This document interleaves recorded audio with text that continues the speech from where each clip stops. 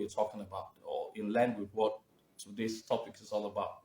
So we're going to talk about basically two topics, and we're going to talk about basically two topics. Uh, the Ikaladerhan story revisited, and the ORA people. One of the ORA friend of mine reached out to me, and he said, I can remember he reached out to me yesterday. I promised him that because of him, I was going to do a topic, no matter how short, on the ORA people. All right. We're going to talk about that by 10, 15, 20 minutes. I should be done talking about the ORA history. But the foremost is Ikaladerhan revisited. First, it's like we have to start getting all our words and has to start making people understand words. Ikaladerhan, the right spelling of Ikaladerhan, is IKA, not EKA, because I remember 3 years ago, I was in the midst, I was in the midst of a very, very authorities in Benin history. So these whole ideas came. Which of these spelling is actually correct? Is it the EKA or the IKA? Is it the IKA or the EKA? All right. Is it IKA? That's Ikaladerhan. There are two spellings of the Ikaladerhan. Is it the IKA or the EKA? I know. Mr. Solomon, I've seen you. Don't worry, we'll talk about it much later towards the end of today's program. All right. So you can. Don't worry, I'll trash it out. Okay. It's a straightforward history that quite a lot of people on this platform already knows about the history, but because of you, we'll just run it through one more time. Uh, I remember one of our brother at the beginning of the program. I'll tell him, all right. Yeah, we are here to Kwara, that sort of a thing. So basically, let's get it very straight. Ikaladerhan means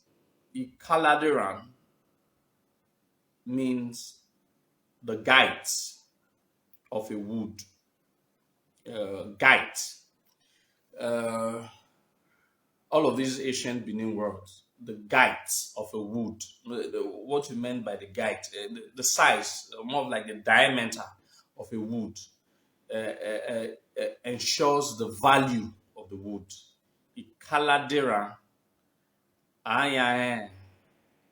mineral se. I don't. Maybe someone could be able to put it rightly. All right, the guide of the wood spells out the worth of the wood. Ikaladerhan, the guides. The guides in perspective is spelled as GIRTH.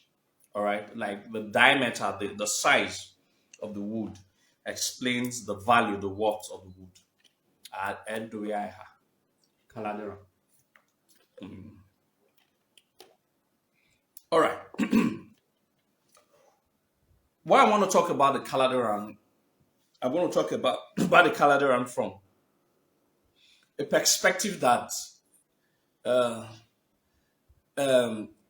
perspective that is not popular, a perspective that is um, a perspective that is not popular, um, a perspective that is known to history, but not a popular perspective.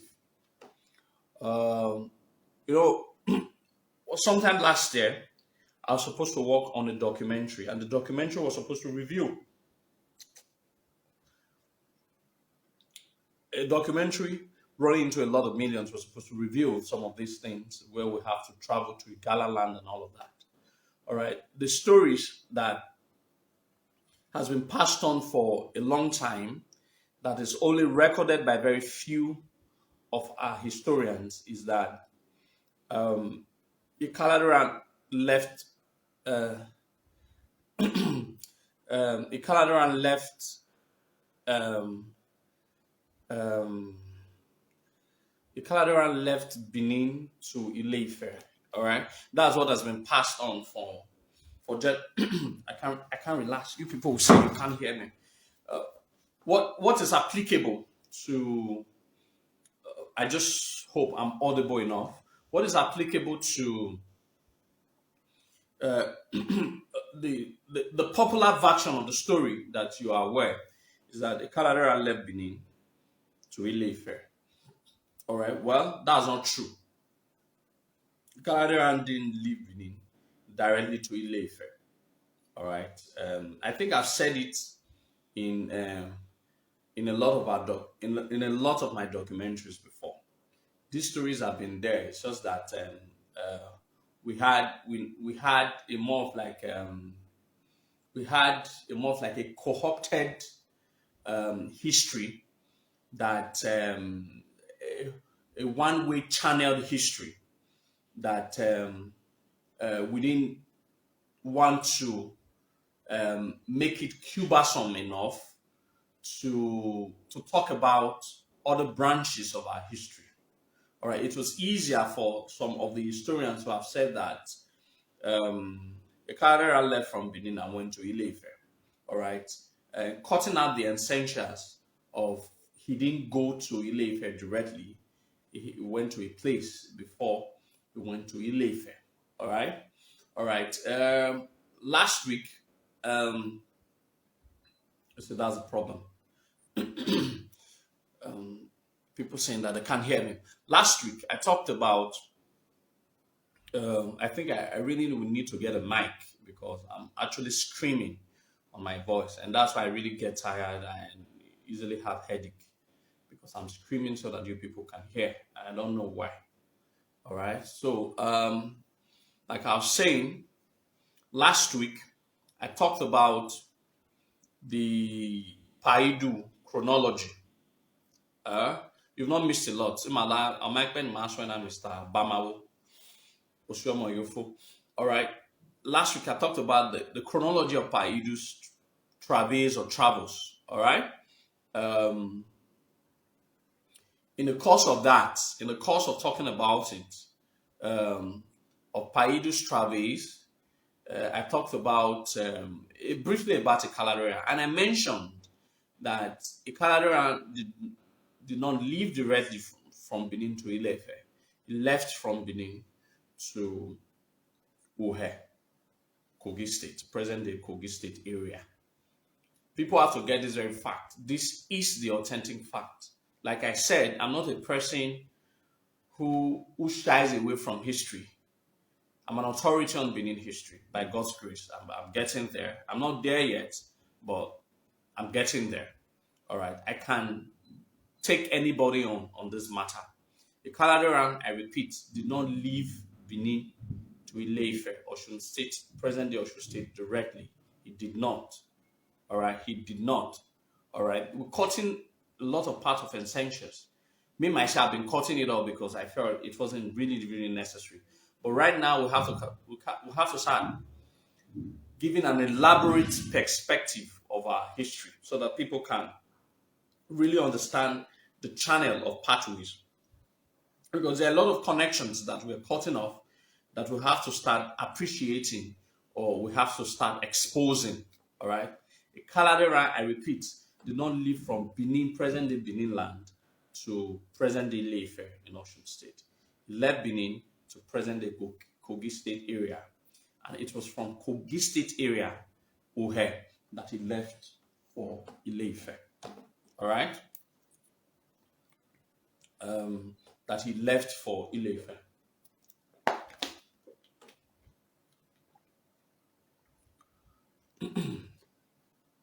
Anyway,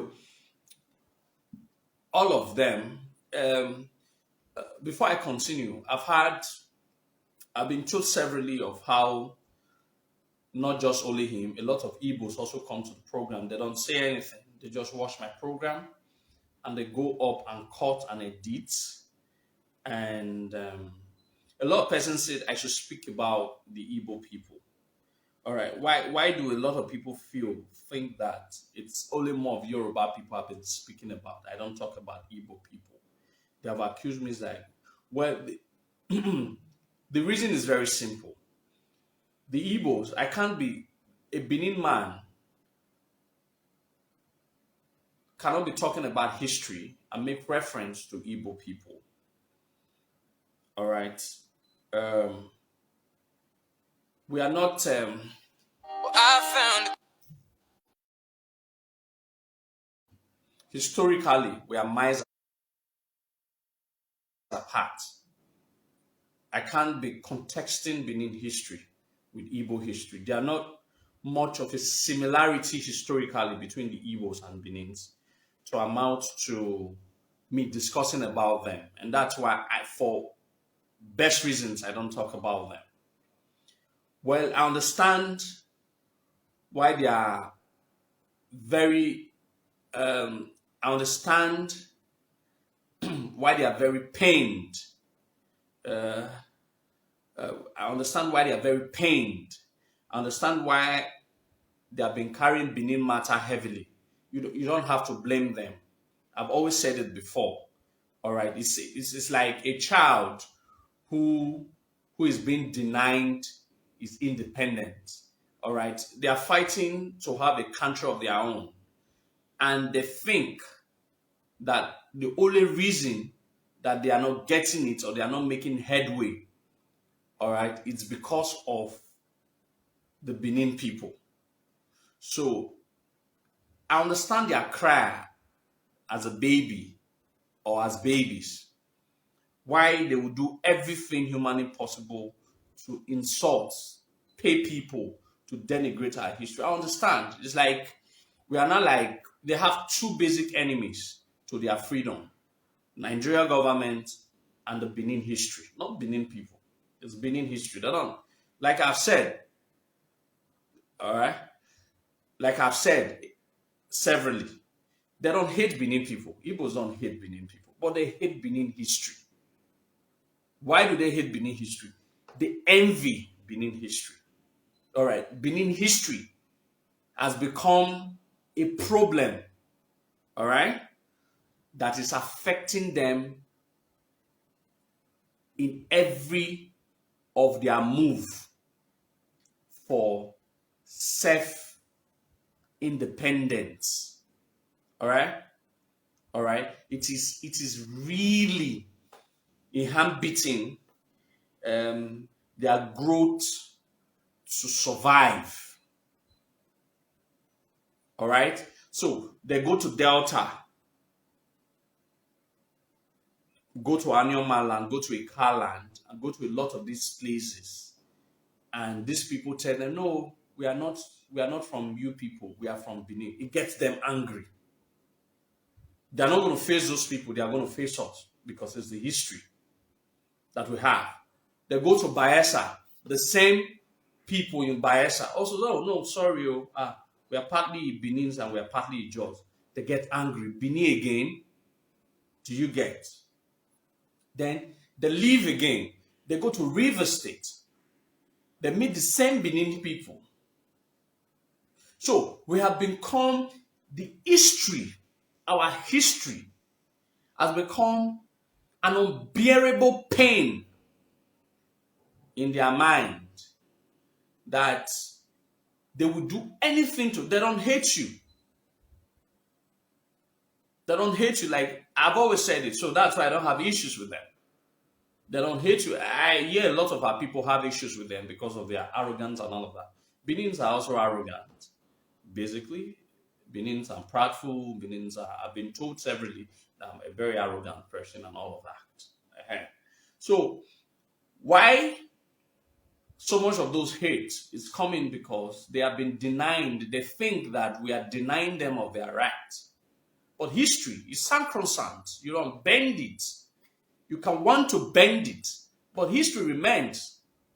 It's easy for you to come to social media and say that these people are Igbo. All right, these people are Igbo. But you cannot go to these people and meet them in their house and tell them that they are Igbo. That is why I've always been telling our people, we should. Have you ever seen Oduduwa? I ask people a lot of these questions. Have you ever seen me go to any of Igbo platforms or Yoruba platforms or any of these people's platforms to argue with these people? I don't. It is not in my place to go there and argue. I've not, times and times, for some of you who've been following me for the past 4 years, you know that I've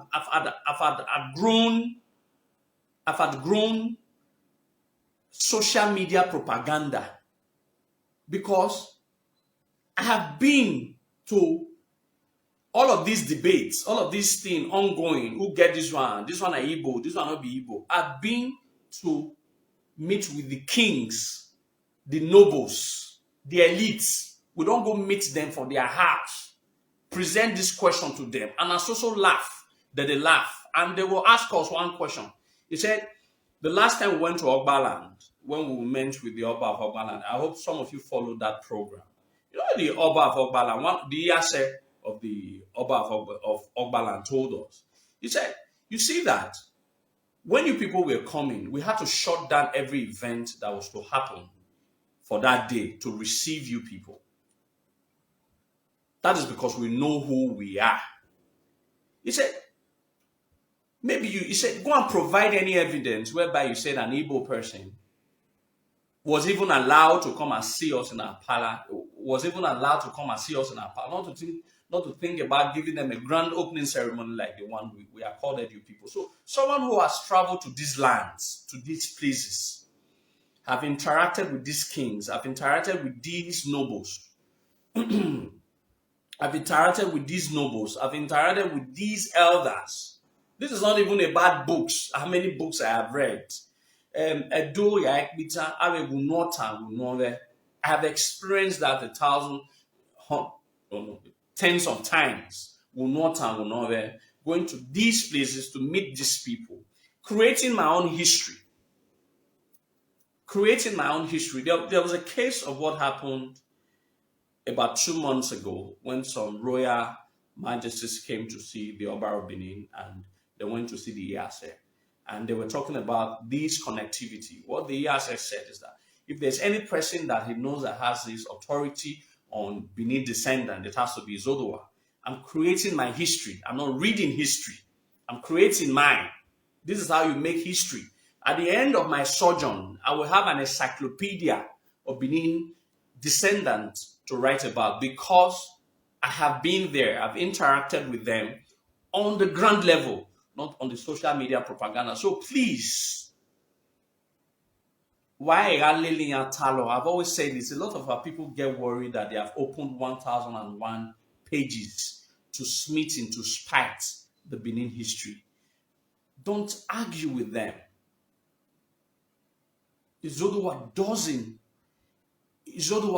argue with them. Oduduwa doesn't have that time. I'm too busy. Basically, I'm not jobless.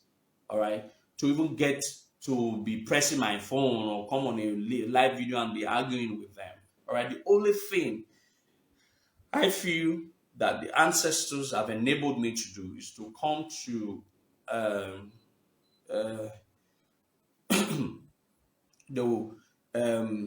it's to come to platforms like these and teach our people the little history that I know, that I'm aware of, that I've read, that I was told. And that's enough. All right. Like, I remember one of the highlights of our present Oba's, speech, coronation speech. He said, it's my favorite line in the entire, almost about 45 minutes to 1 hour speech that Oba of the second made. He said, it is not in our place to force our history on our neighbors. Quote, Benin people must put that one at all times in their head. It is not in our place to force our history on our neighbors. It is not in our place. Relationships are not forced. The Benins are not forcing relationship on all of these people that traces their ancestry to Benin. They are not. It is, once you know who you are, it's not a forced relationship. All right. So it is not in our place for us to force our history on any person. Whatever any person thinks that that's what Benin history is their own. We have our own history documented by our ancestors. And that is enough for us. That is what we should be happy about. And that is what we should run with. We should not be concerned about what the Igbos are saying or what the Yorubas are saying. It doesn't matter. They will continue to say what they are saying. It will never change. If you are expecting them to believe your own version of the story, this is Africa. This is Nigeria, tribal sentiment. No one is ever going to believe your story.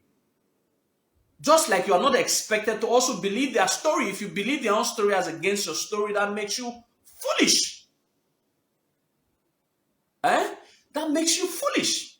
All right. Believe your story, run with it, train your children, let them grow with it. It has to be like that.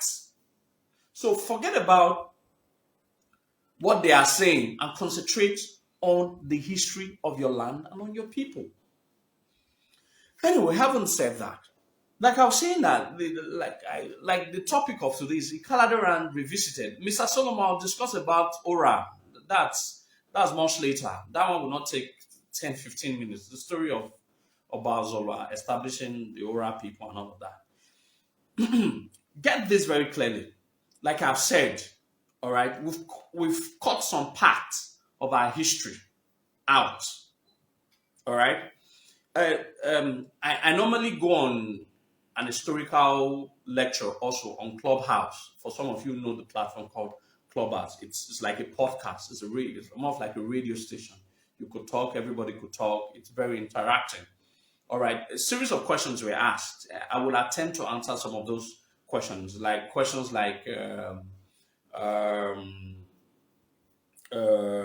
there's some questions like, okay, I will attempt to answer them much later, but let me not deviate from what I want to talk about. Ikaladerhan left Benin and Ikaladerhan left Benin. First, this is a mode of his travel. This is the travel pattern. It's sort of more of like a 270-degree turn. First, he went southward to Ugoton. Then he left from Ugoton. All right? He left from Ugoton. He went straight to Okada. He left Okada. He went to Iraq. Iraq is like northeast of Benin. And after he left Iraq, he went to Uhe, present-day Kogi State. All right? Present-day Kogi State. All right? He stayed there. All right? He stayed there. It is in the records of our brothers. You know, I've been interacting with our brothers lately, the Igala people. It's in the record of our people, of our Igala brothers, all right, who for older historical association, we have been associated with them. We went to present-day Kogi State, spent a long time, quite some time, not long time, quite some time before he left to present-day Ilefe, where he established a monarchy system there. But what I wanted us to picture out is some relationships, all right? It's some relationships, all right, about, I've spoken a lot about the Ikedu tradition, the oldest tradition of the Ilefe people, which I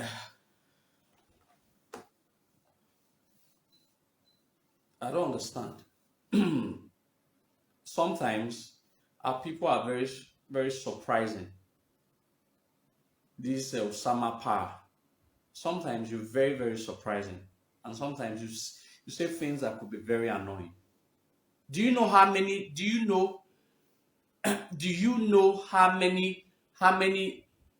times I blocked him? I don't get. Do you know how many times I blocked him? Do you know how many whatever he opens every day? You're always coming to accuse me of not wanting to block him. Do you know how many times I blocked him? Do you know how many of his? Do you know how many times he calls me? Do you know how many of his private numbers that I've blocked? So, um, please, if you want to be blocking him, I can make you an admin of this group so that you can be blocking him. I can't be having a stress of blocking him. Blocking him, what does it even change? All the things he says it anywhere. So it doesn't change anything. Block him or you don't block him, does that change him? All right. So like I was saying, it is it is it is about a 270-degree turn that he made. About 270-degree turn that he made, that he left from Ugoton to Kada to Ira down to Uhe. Okay, sorry, I was saying something about the Kedu tradition as one of the oldest tradition of the Ileife people. Now, I talked about that in the Kedu tradition, the earliest rulers, Oduduwa title in Ileife was regarded as Ogene. All right, these are some of the things I'm not going to tell you. All right, that's because truths are usually very difficult for some of these people to talk. Oduduwa never beard any name called Oni. The title that Oduduwa beard was Ogene. Oyariege. All right, Oyariege. Oyariege. It's Ogene. Now, and I've also again established a point. Like I made reference last week about an article that some of our Yoruba brothers was writing, that saying that an honorable person became the Oba of Benin with the title Oriogene. I said that is not true. All right. I've also been confirmed. It has also been confirmed to me by one of my OWAN brother who chatted me up some time ago that his grandmother also, at one point in time when he traveled home many years ago to OWAN, all right, that his grandmother also referred to God as Ogene.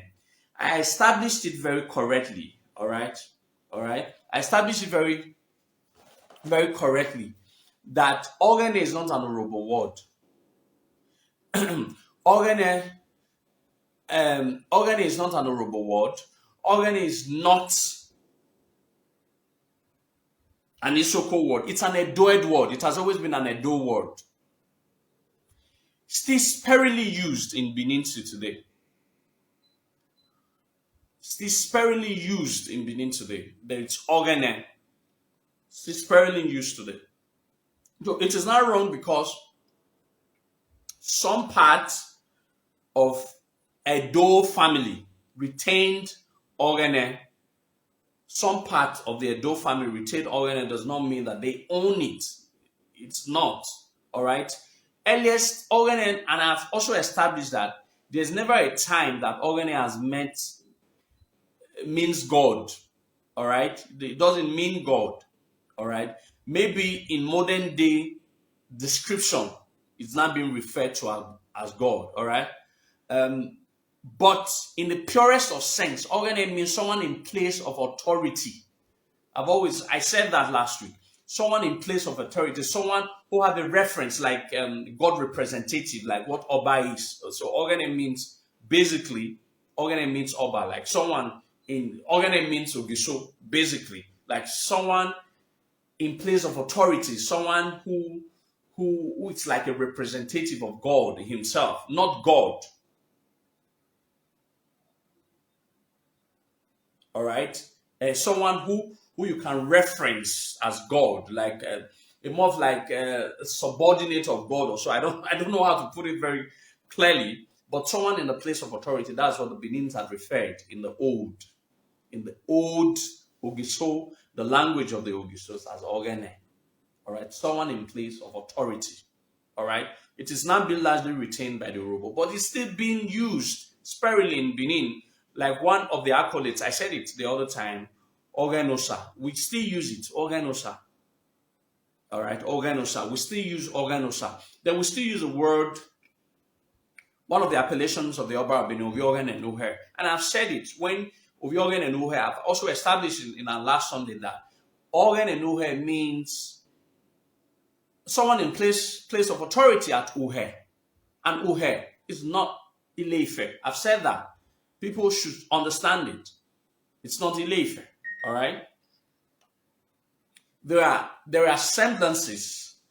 There are semblances of Ikaladerhan leaving Uhe to establish the semblances of Ikaladerhan leaving Uhe to establish Ile-Ife monarchy. All right, and he took some of the organization ideas that he got from Benin, from Uhe, down to Ile-Ife. And that's why I said that the title, the titular recognition of Oduduwa was Ogene and not Oni. Oni is even recent. Now, when the Portuguese came, all right, they made a reference. I talked about in our last class. I talked about that. There was a legend of a king. There was a legend of a king that people believe, like a priestly king, that people believe that the Oba of Benin pays an homage to. All right, there he got his staff of office, something like that. There he gets a sort of a spiritual backup for ascending the throne of his forefathers. All right, that was the story that Owen Okun was the first ambassador, the ambassadorial representative of Obaisigi to King John II, who was then the king of Portugal, all right, in Lisbon. All right, he has said that. He told them exactly the story, that there was someone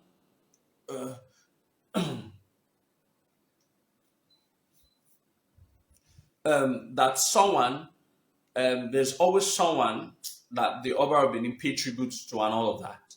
And in that class, I had made mention of Oganunu, which was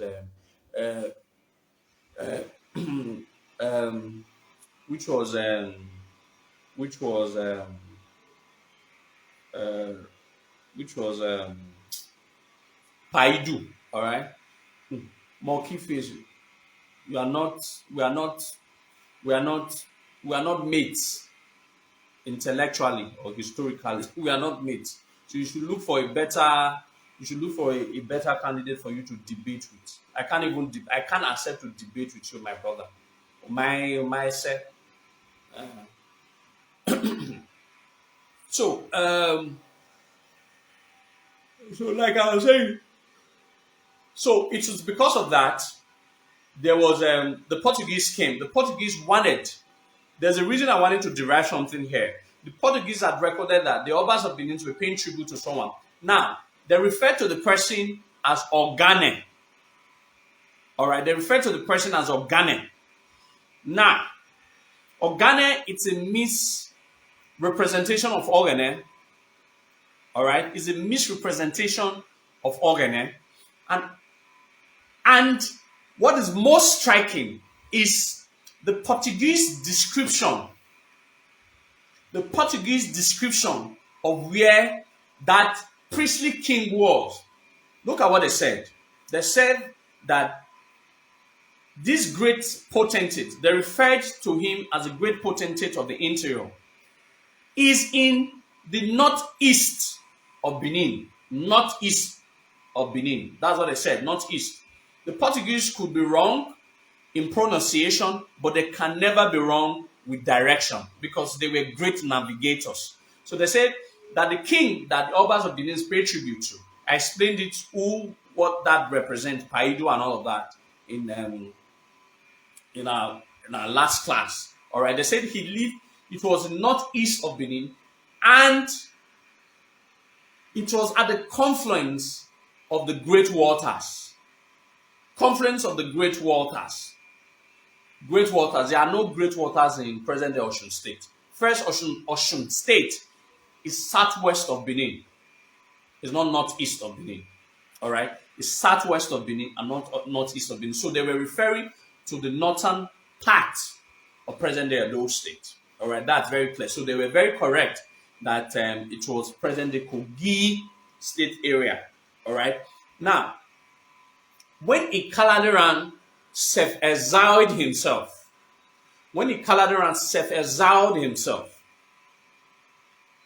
he understands that the second home of the Benin people is at ORA. So he did not run to a foreign land at first. He ran to his second house, to his second home, ORA.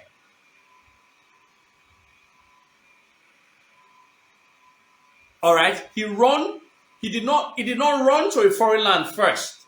He ran to his second home, ORA, present-day Kogi area. That's where he ran. That's where he sought shelter. And that's where he stayed before he left. Get this very clearly.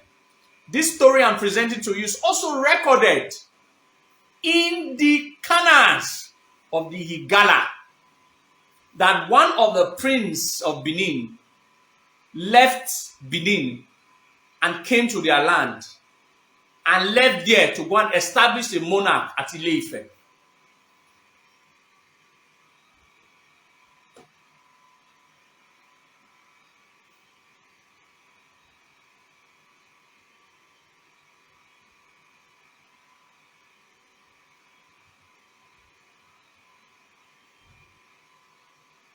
All right, left a place. So, ORA, it was at ORA that he eventually left and established the Ife monarchy. And that is where the Ile-Ife monarchy, and that is how he took the titular representation. All right, he took the titular representation of the Igala history, of the Igala title, of the title that Paidu begged at ORA, and took it to Ile-Ife. And that's why the title that Oduduwa was known as at Ile-Ife is not Oni. Obviously, Oni were later created after him and all of that. It was Ogene. And that was recorded in the oldest tradition of the Ile-Ife people called the Ikedu tradition. They are aware. They didn't allow Professor A.I. Akinjo to publish that book.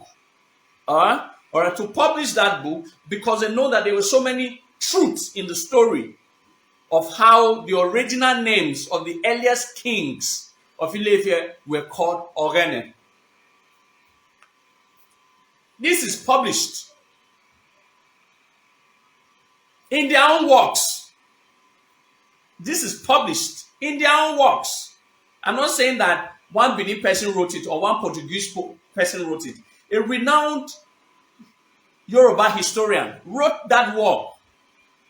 Professor A.I. Akinjogbe, the Ikedu tradition of the Ile-Ife people is the oldest. Every other tradition of the Ile-Ife people were borrowed.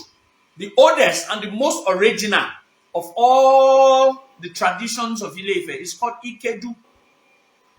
That is the traditions that every other persons came to meet, that was practiced by the Aborigines. They recorded it that the earliest kings of Ile-Ife were called Ogene. Ogene is not a Yoruba word. There's no way they can bend that and make it Yoruba. They can bend that to make it Yoruba. So that shows that Ogene, it's a pro-Edoed word. That shows that the beginning of their monarchy had a Benin rooting, had an Edoed rooting. That's the implication of what we are saying. That's the implication of what we are reading. And how did that Ogene got into the atlas of the Yoruba history is what I have just mentioned. All right, it's Ikaladerhan. He brought that title from ORA. When he left Benin, he went to ORA. From ORA, he went to Ile-Ife.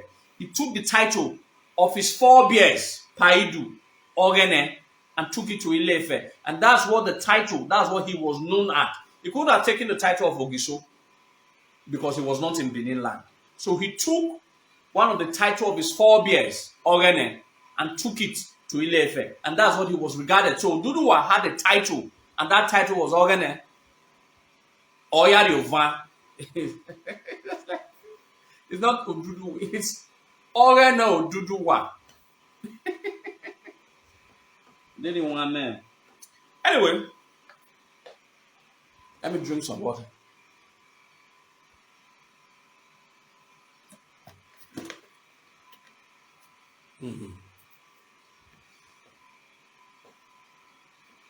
All right. So anyway, that's why I wanted to draw the connection because I had someone asked this question.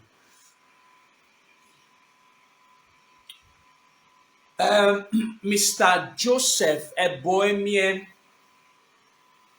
I think I'm trying to get that your question. I'm trying to get that your question correctly. It said, let me try and read it again. Uh, what did he say? What is the meaning? Okay. Anyway, I couldn't get that. I couldn't get that question again. So, like I have exactly aligned, So that's why I said the Ikaladerhan revisited. I just wanted to give a perspective that is not really common to modern day historical books. But I hope I've been able to also give one knockout. If any of you want to join, you can call through the Facebook program so that you can contribute a little bit. So I'm moving on to the ORA history. I'm moving on to the ORA history. I'm just going to run through that one in 15 minutes and we'll take some questions and we'll round up and we'll close for today. One of our brother had said he called and he said that he wanted to ask me a question whether I was aware of the ORA history. All right. Whether I was aware of the ORA history. I said, by God's grace, we are quite very acquainted with the ORA history of what led to the founding of ORA. All right, my brother, listen very attentively. Like, if I want to explain something, I like to give a historical base background for you to understand what actually led to, all right, the establishment of the ORA people. It's true, the ORA people are pure Benin people. Not just Benin people. They are royal Benin people. If you're buying that's the Sabogida ORA. That's a matter of pure facts. That is not in contention. All right, it's not in contention. It's not in contention. That's a pure fact. Okay, yeah, that's not in contention. That's a pure fact. All right. Before I go there, there was something that one of our brother raised. A couple of our brothers raised that question, and it was funny because as funny as the question is, it will unveil a lot of secrets. All right, I think some of our brothers answered it very correctly.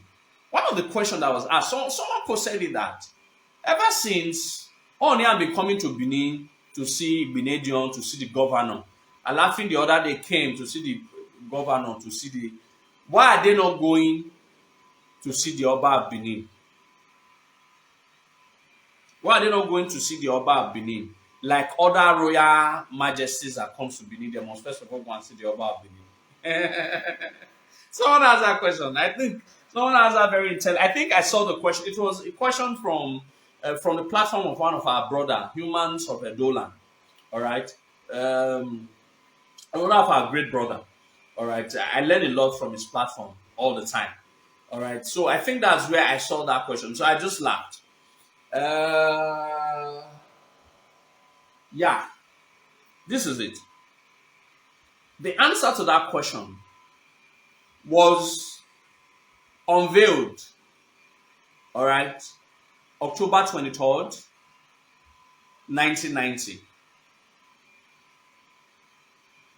Exactly. Okay, let me answer the question. The answer, exactly. the answer to that question,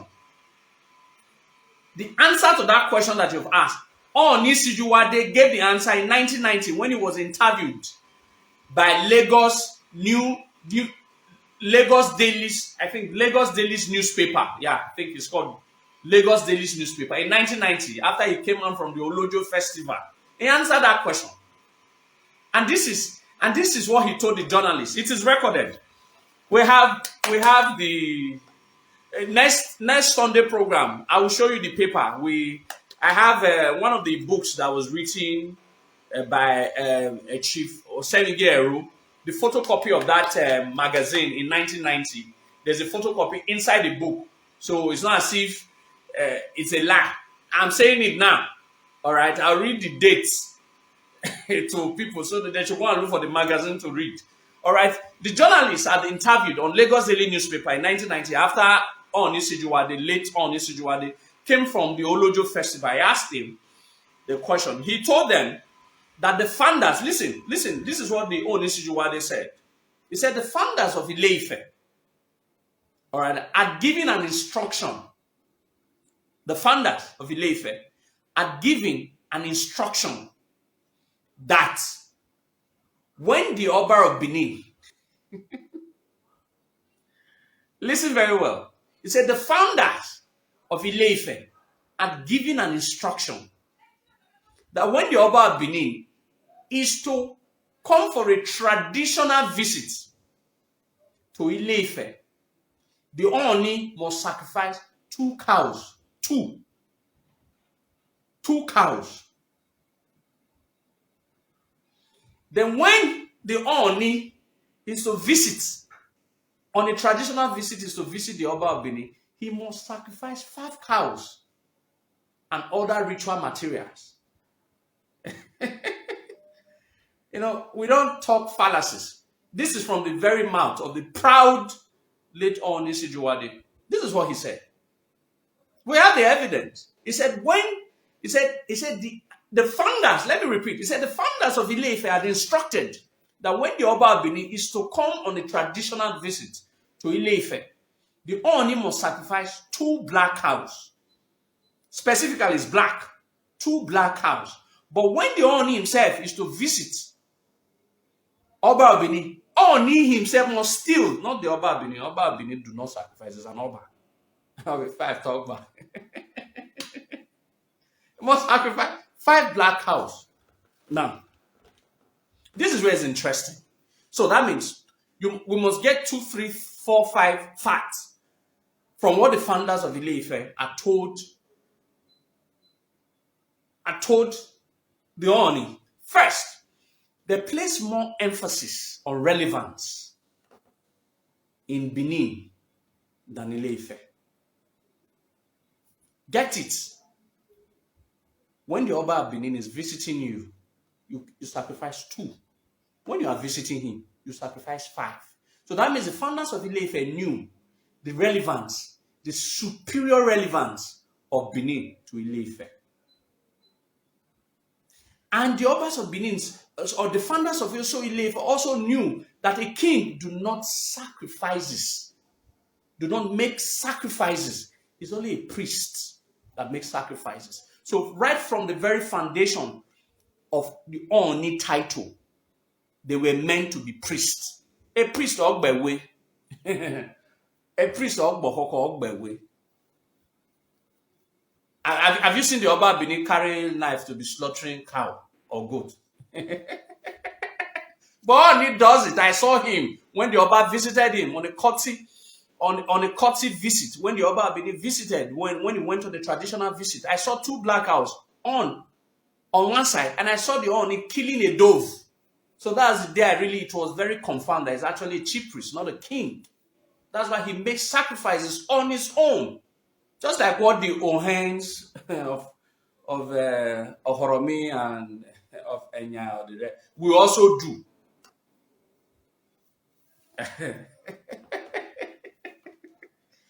And now all these many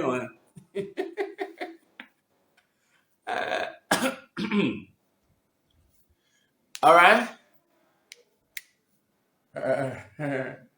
So you see, just like you cannot afford to be sacrificing five cows, he comes to Benin all the time for burial, for marriages, for children's birthday, for different types of birthday. We understand is an OWAN person. It goes to almost all, or it goes to almost every function that is invited. If I want to do my marriage now, I feel even invite myself. He will come now. He's a very humble person. He will come. He attends almost. All right, so that answers it. The answers have been provided since 1990 on why. All right. So any of these relationships, these people have a traditional connection to the palace of the Oba of Benin that they don't want the public to be aware of. So they must make a lot of sacrifices before they can visit the Oba of Benin, which sacrifices could be very expensive, and these sacrifices could unmask some of these truths that they don't want the public to be aware of. And so in order for them to hide a lot of these truths, they don't talk about it. They don't want to have a public discussion as about why would they perform sacrifices just to come see the Oba of Benin. All right. Why would they perform sacrifices just to come see the Oba of Benin? So it's rather very absurd. So I think, okay, let's go to the ORA thing, and then let's quickly run through the ORA thing. I've talked about this story several times, Mr. Solomon. I've talked about it severally.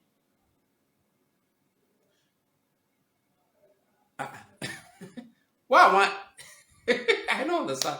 This guy is really very funny, because I've never seen me go into his platform to watch his program, nor comment, nor to think of calling. Then why would you come to my program to not want to comment? All right, please. We're married. If I allow you now. Understand? People are already quarreling with me that why do I allow? I block you all the time. You keep creating different accounts. In my case, in my one of we're here, you keep creating a lot of accounts. So if I allow you now, I cannot be seen discussing with an Ogyomba. Basically, I cannot be seen discussing with an Ogyomba. No, it's a taboo. Ogyomba we're here. Understand? So let me not get distracted. Mr. Solomon, let's talk about that. Now, get this thing very clearly.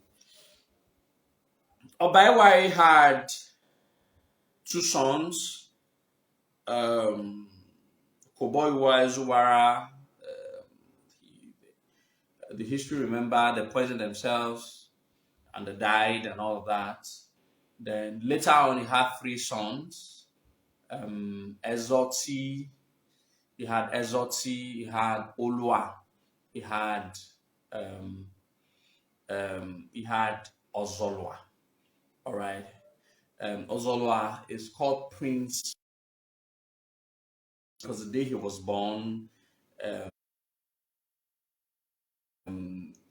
Ozolua's birth name is called Okpame, because the day he was born, heavy showers of ice rain fell, and so he was given the name. His father named.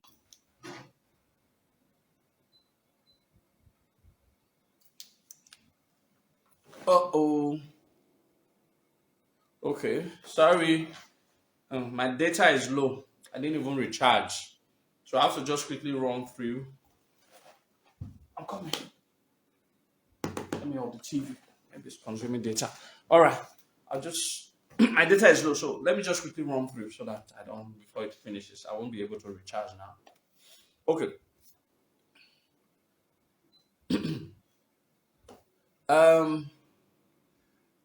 Like I was saying, so Prince Okpame was born the day heavy rain fell and all of that, and he was called Prince Okpame. Now, when Obaiwai the first, when Otohiri when he joined his ancestors, the mantle naturally fell on Ezoti, his first son. His first son, Ezoti, became the Oba of Benin. All right. Although he was short-lived as the Oba of Benin, he spent only about 14 days on the throne of his forefathers before he passed on. Now, but Ezoti had a son called Owe. All right. Owe, when Ezoti died, on consultations, the chiefs had asked Prince Okpame to go and retrieve Owe. Owe was his name.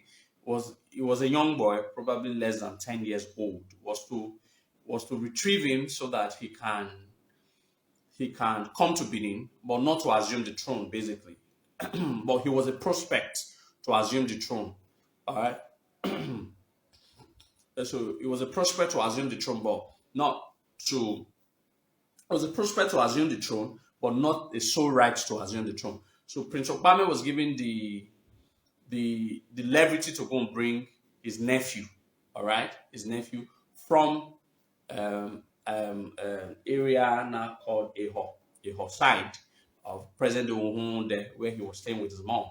Now, it was recorded that on the way, Prince Okpame killed the young Owe prince and his mother and buried them.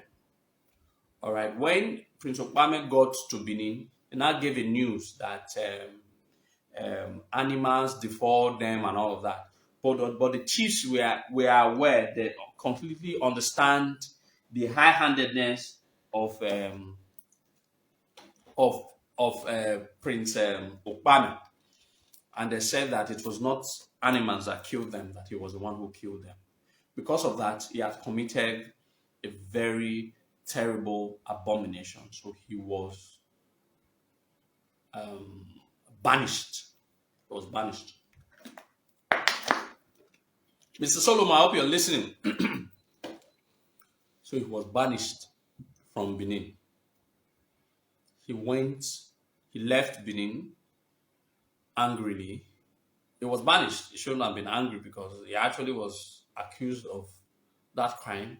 Trust me, I think he had committed a crime because knowing who OBA OZOLUA was, yes, is that kind of a person that could have done that kind of a thing. I'm sorry, but that's what the history reveals. All right. So he left. He went to the place, present day Sabogida ORA. That's where he married and gave birth to. He had a son. The Benin's remember that OWAN. He had a son there. But along the line, OWAN, I think OWAN gave birth to ORA. That's where the lineage, all right?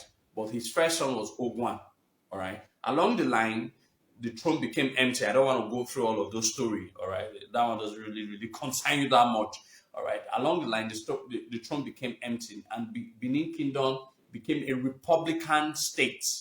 They had no king. A lot of persons, that part was also cut out from Benin history, all right? The Benins didn't want to just talk about. So 2 years between Olua and Ozolua, there was a 2 years interregnum. There was no Oba in Benin for 2 years. I'm sure a lot of our people are not aware of that. 2 years, Edoma Oba. After Olua died, his son has already become the first Olua warrior and all of that. So Ozolua did not return to Benin until after 2 years, after he was convinced, after the oracular divination that was set by one of the oracles had told the Benins of what they would do before he can return. Then he already had children, all right, but he had one son. He had one son called Oguan. They are living there now. If all the Ora people are if you're Zolwa, why people not living there in Ora? No, all the Ora, the people you now called Ora people came directly from Ozolwa. They came. I don't know OBA. You understand? So when Ozolwa now returned, he had other children. All right. He had other children.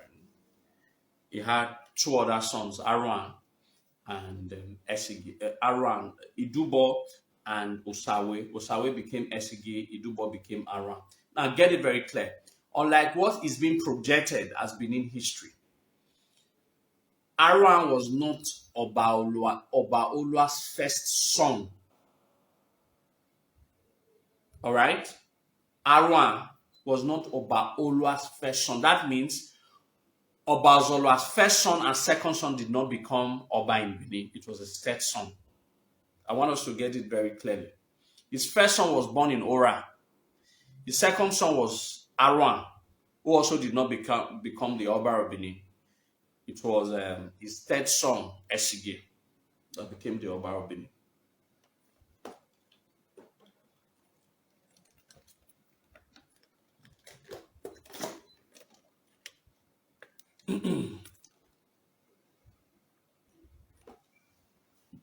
There could have been, okay. Now I understand what you meant now, Mr. Out there.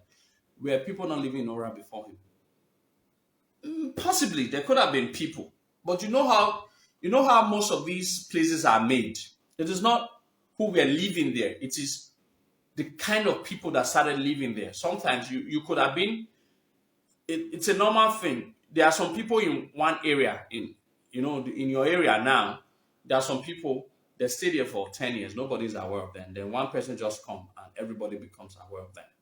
It is always a case of history.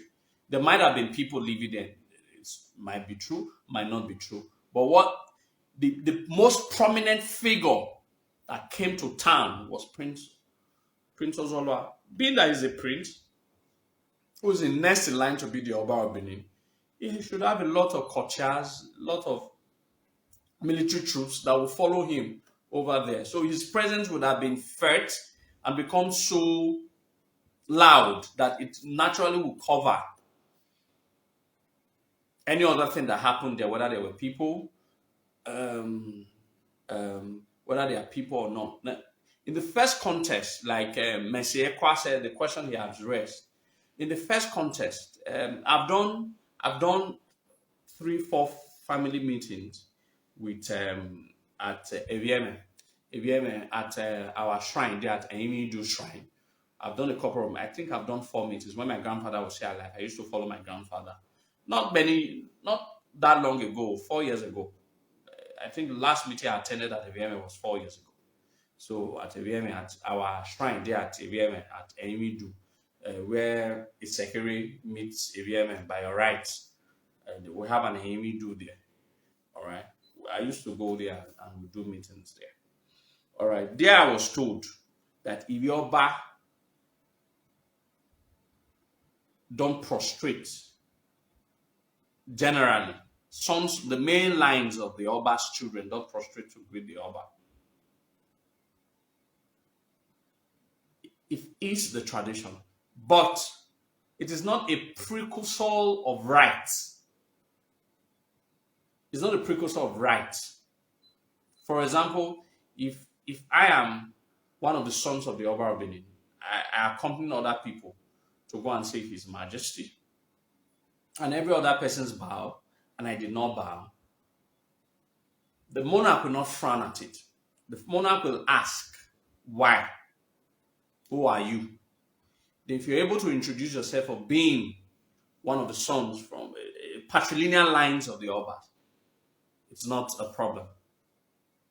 That's the law. It's not only, I'm just trying to say that it has no, it's the law that substantiates the oral history of being patrilineally related to the royal house. Outside the oral people, generally, the Oba, the sons of the Obas, don't bow before the Oba. Like I said, it is not the precursor of rights. It's not as if, it is, if you like, you do, if you like, you don't. But if you're not able to not defend that traditional right bestowed upon the lines of these main lines of these Obas, children of the Oba, it becomes a problem. All right. But I don't think that's even a big deal. I don't even think that would be a big deal. I'm also a patrilineal lines of the one of the lines of the Obas of the Nibo. Why won't I bow to my king? He's my king. I don't know whether you understand. It doesn't. It doesn't take anything from anybody. It doesn't show pride. The Oba is the Oba. Oba go Obadia. Riedo time. Oduduwa. Oba go Obadia. Oduduwa. So an Oba cannot be in the shadow of any Oba. There always once you're an Oba, your law, however you want to do. All right, you understand? An Oba cannot be in the shadow of another Oba. An Oba cannot be in the shadow of another Oba. We must understand that. Oba Gobadia. You understand? Oba Gobadia. You know. So to me, I don't think that's a big deal. It's not a show of pride. You understand? It shows traditionally you are patrilineally related to the royal house, and that's why there's a belief.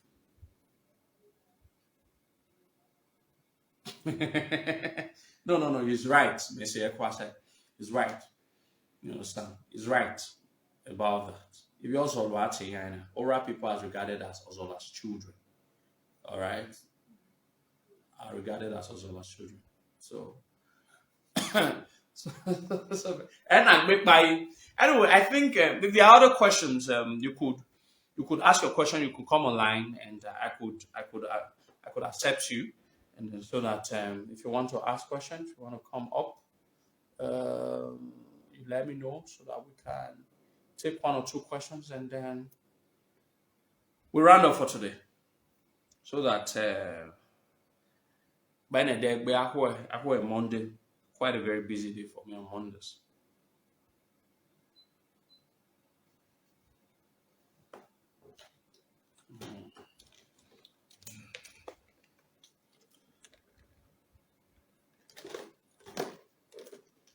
Yes, Mr. Solomon. Yeah, you are from the direct patrilineal line. Patrilineally, you are a direct line from the palace, from the lines of the line you're from. Is one of the greatest and one of the most.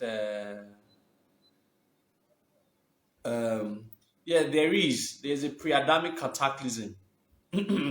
Sometimes some refer it to Eru Sagumero. Some refer it to as the years of gap.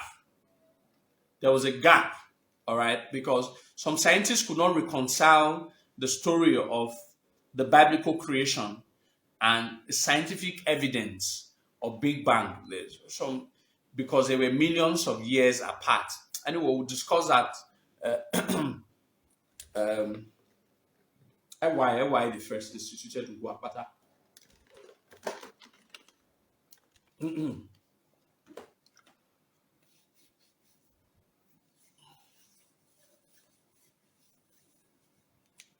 You could have been down. Oh, Bosa Basaki. It could have been down. Okay, we could talk offline. All right, Godly West. We'll talk offline. All right. So, any other question? So just let me know.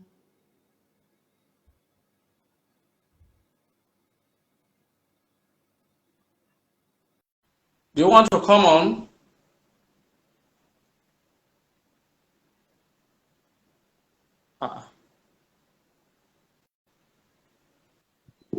Hello. Is it okay? Yeah, it's okay. Good evening, my brother.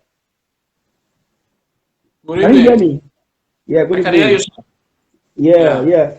I've been following you for some time now, brother. I'm from Thank you. Iwindu community. He Okay. said.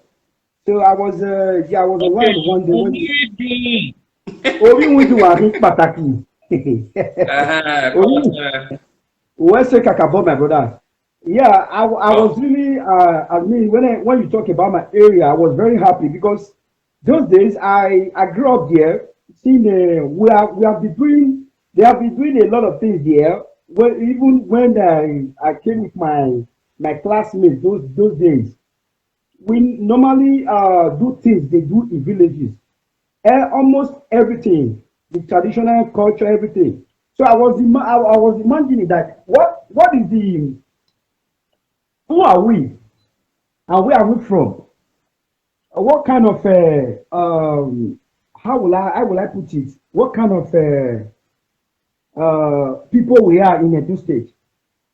You know, so I was trying to, try to know what is going on around me. But when I listened to you, and I realized that my father really told me because we have some of the shrines you talked about in Benin history. We have all the shrines in my area. When you talk about Ezenemi Buddha, we hold we are the we hold the shrine in my area. You know, so when you talked about in Hindu history, so and I realized that see where we are coming from.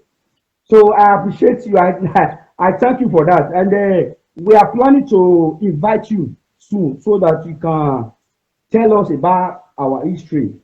In my area, very soon we'll invite you. I thank you, my brother. Osabo Adebawe. What's You tried it, you are trying for us, Porter? really. What's it, Kakabo? What Porter? Oh, Yeah, Matthew, now, Matthew, very soon, okay? while I wrote, I'm always Okay, available. okay. Porter. Well, yeah.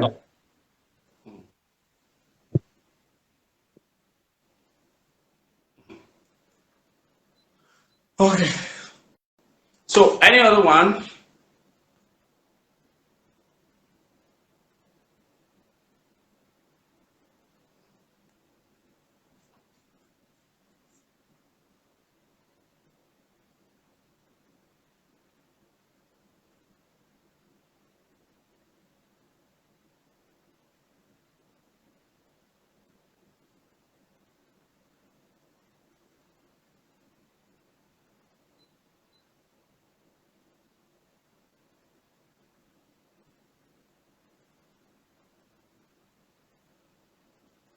That was not the question you asked.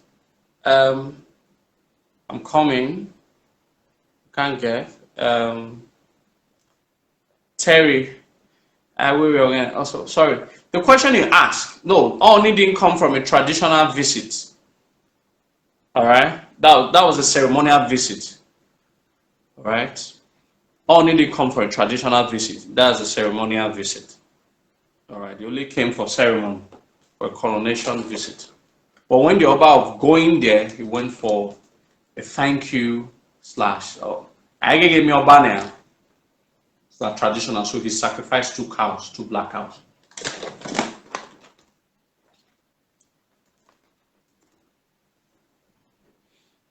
Idu is older than Oromiyan regime, more than 5,000 to 10,000 years apart, of history apart.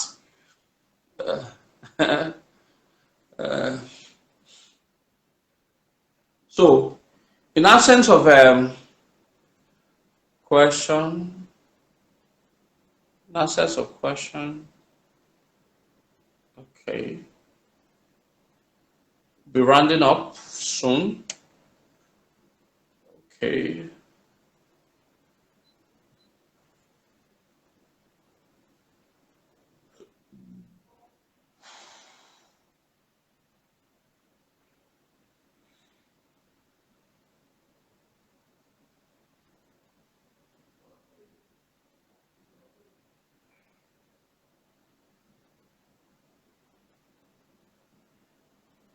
Able.